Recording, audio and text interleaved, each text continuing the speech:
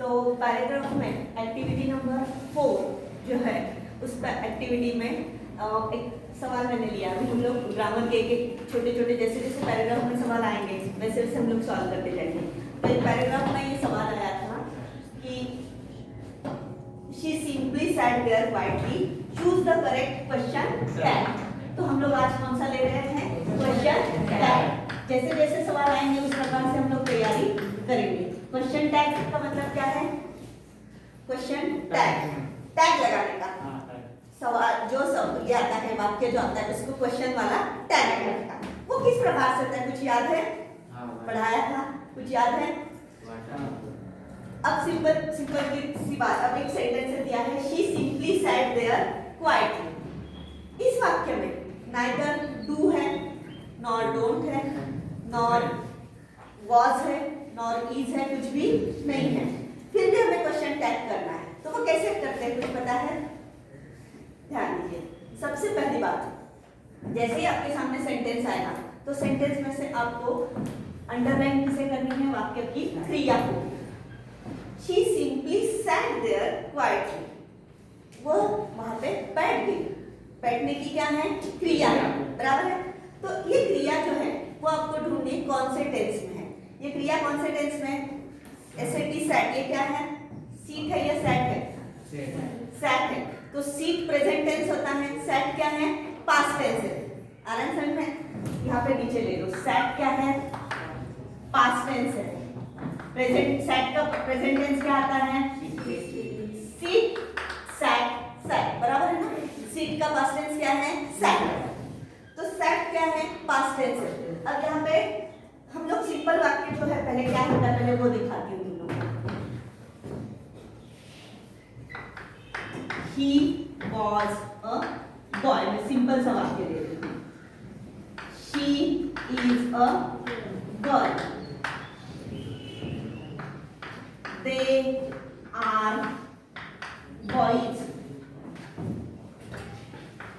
We are girls।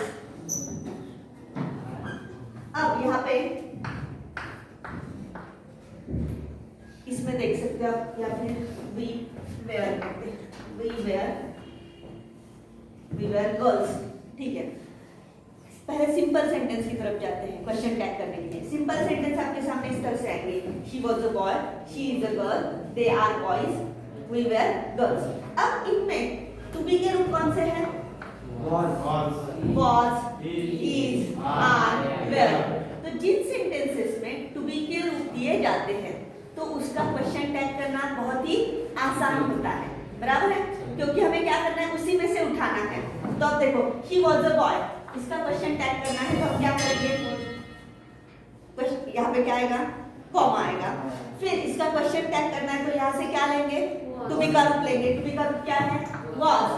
हाँ, फिर उसके बाद ये वाक्य देखेंगे पॉजिटिव है या निगेटिव है। वाक्य कैसा है? पॉजिटिव है, मतलब इसमें नकार है क्या? नहीं। वाक्य में नॉट नहीं है। जब वाक्य में नॉट नहीं होता है तो क्वेश्चन टैग में क्या करते हैं हम लोग? नॉट लगाते हैं। ऐसे में अब he was a boy तो was को क्या लगेगा? नॉट लगेगा। नॉट का शॉर्ट फॉर्म क्या है? Ending, wasn't। ऐसे में और वाक्य का कर्ता कौन है? he। तो wasn't क्या आएगा?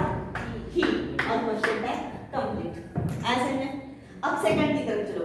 she is a girl। इसमें to be का रूप कौन सा है? is। to be का रूप क्या है? is। वाक्य पॉजिटिव है या नेगेटिव है? पॉजिटिव। नकार है क्या वाक्य में? नहीं। हमें क्या यूज करना पड़ेगा फिर? नॉट। isn't, बराबर है? और वाक्य का कर्ता कौन है? she। isn't she। Question tag complete. Next, they are boys। to be का रूप कौन सा है? are। क्या लेंगे? are। वाक्य पॉजिटिव है या नेगेटिव? पॉजिटिव। क्या लगेगा फिर? नॉट लगेगा। aren't और वाक्य का कर्ता कौन है? they। aren't they, बराबर है? फिर we were girls। ओके, इसमें से एक वाक्य मैं ऐसा लेती हूँ जो निगेटिव होगा ताकि आपकी गड़बड़ नहीं हो।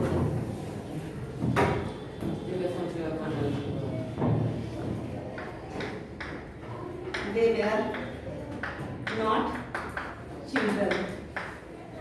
हाँ, they were not children. To be का रूप कौन सा है? वेयर। क्या लेंगे यहाँ पे? वेयर। लेकिन इसमें नॉट आया है, वाक्य पॉजिटिव है या नेगेटिव है? नेगेटिव है। तो क्वेश्चन टैग करते समय जब वाक्य में नॉट आता है तो क्वेश्चन टैग करते समय नॉट लगाने का क्या? नहीं लगाने का। तो फिर क्या रहेगा? वेयर, और वाक्य का कर्ता कौन है? दे। Were they. आया समझ में? जिस वाक्य में नॉट नहीं है उसमें हमें नॉट लगाना है, जिस वाक्य में नॉट है उस वाक्य में नॉट लगाने का नहीं। तो ये कहां तक आया कि जिसमें टू बी का रूप दिया होता है। ऐसा नहीं। लेकिन ये सेंटेंस जब आप देख रहे हो कि she simply sat there quietly, इस सेंटेंस में क्या हुआ है कि टू बी का रूप आया है क्या? जब टू बी का रूप नहीं आता है तो हम किसकी तरफ जाते हैं? क्रिया की तरफ जाते हैं। यहाँ पे क्रिया की तरफ गए। क्रिया की तरफ जाने के बाद वो देखेंगे तो वो क्रिया प्रेजेंट टेंस में है या पास्ट टेंस में? क्रिया कौन से टेंस में है? पास्ट टेंस में है। तो जब क्रिया पास्ट टेंस में होती है तो उसका एक छोटा सा नियम यहाँ पे मैं समझा देती हूँ, जरा ध्यान दीजिए। वाक्य का कर्ता जो होता है ही, शी, इट। वाक्य का कर्ता कौन? ही, शी, इट। क्या कैसे करता है? एक वचनी करता है। तब क्या लगता है? डज लगता है। कौन से काल में? प्रेजेंट टेंस में। वाक्य अगर प्रेजेंट टेंस का है, वाक्य प्रेजेंट टेंस का है और कर्ता ही, शी, इट रहा, तो जब टू बी का रूप नहीं है तो क्या लगाने का? डज लगाने का। और कर्ता आई, वी, यू, दे, ये क्या है? प्लूरल के कर्ता है ना, बहुवचनी कर्ता। इनमें क्या लगता है? टू। कब लगेगा? जब टू बी का रूप नहीं रहेगा तो। ऐसे में अब देखो, शी सिंपली सैट देयर, वाक्य का कर्ता कौन है? शी है।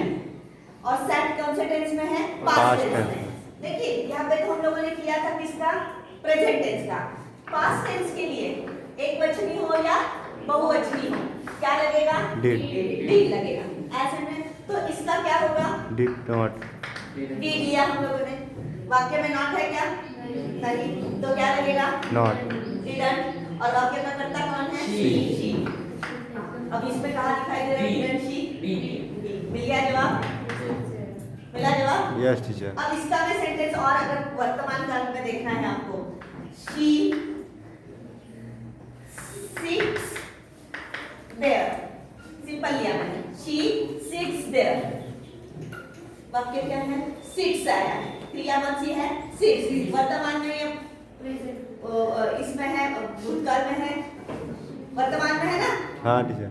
सिट्स, एस लगा है, ध्यान दो, क्रिया को एस लग गया ना कि समझ लेने का कि क्या है वो?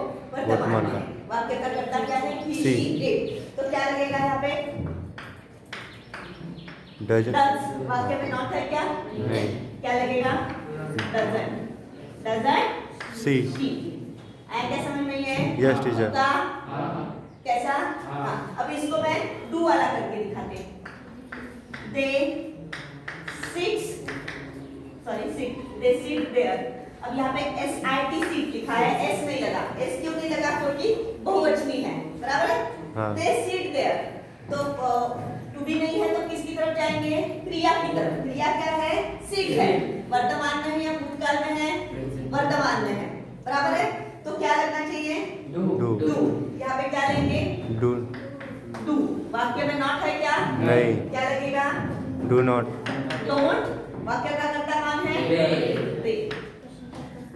आया सबके समझ में? यस। क्या क्या देखा हम लोगों ने? क्वेश्चन टैग के छोटे से नियम। जब टू बी का रूप होता है तो टू बी के रूप को निकाल लो। वाक्य में नॉट है तो नॉट नहीं लगाने का, नॉट नहीं है तो नॉट लगाने का, और फिर वाक्य का कर्ता। ऐसे में यहाँ पे जरूरी नहीं कि ही, शी, इट, दे लगाएंगे। कभी कभी पीपल आएगा, चिल्ड्रन आएगा, सीता आएगी, गीता आएगी, तो वो नाम आएंगे, बराबर है? या उसके लिए सर्वनाम यूज कीजिए।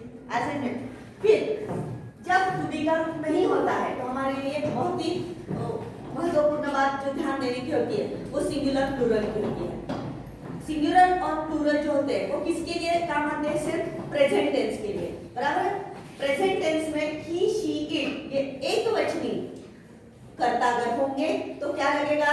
डज। और प्रेजेंट टेंस में आई, वी, यू, दे ये बहुवचनी कर्ता रहेंगे तो क्या लगेगा? डू लगेगा, बराबर है? और ये सभी के सभी अगर भूतकाल में है आपकी क्रिया भूतकाल में है तो सबके लिए क्या लगेगा? Did. Did लगेगा। उसके लिए फिर कोई नियम नहीं, डज लगाओ या डू लगाओ। एंड में डू और डज कब लगता है? सिर्फ वर्तमान काल के लिए यानी प्रेजेंट टेंस के लिए ही लगेगा। पक्का हो गया सबका? कोई कठिनाई? इसको अच्छे से याद रखो, हम कब करेंगे? सिर्फ हमारे पास टू बी का रूप नहीं है और क्या है? क्रिया है। क्रिया को पहले ढूंढो, क्रिया वर्तमान में है या भूतकाल में? क्रिया वर्तमान में है तो डू या डज, बराबर? क्रिया भूतकाल में है डिड। छोटी सी टेक्निक याद रखनी, क्रिया वर्तमान में है तो डू या फिर डज। डज कब लगेगा? ही, शी, इट। ये वाक्य के कर्ता एक वचनी रहेंगे तो डज लगेगा और वाक्य का कर्ता बहुवचनी रहेंगे, आई, वी, यू, दे, तो उनके बाद क्या लगेगा? डू लगेगा। और सबके बाद अगर क्रिया भूतकाल में है, ये क्रिया हमारी भूतकाल में है तो क्या लगेगा? Did. डिड लगेगा। ऐसे में, और ये सब कब होगा? जब हमारे पास टू बी के रूप नहीं है तो। अब गलती होगी क्या इसकी क्वेश्चन टैग की? सब पक्का हो गया क्वेश्चन टैग? लिख लो।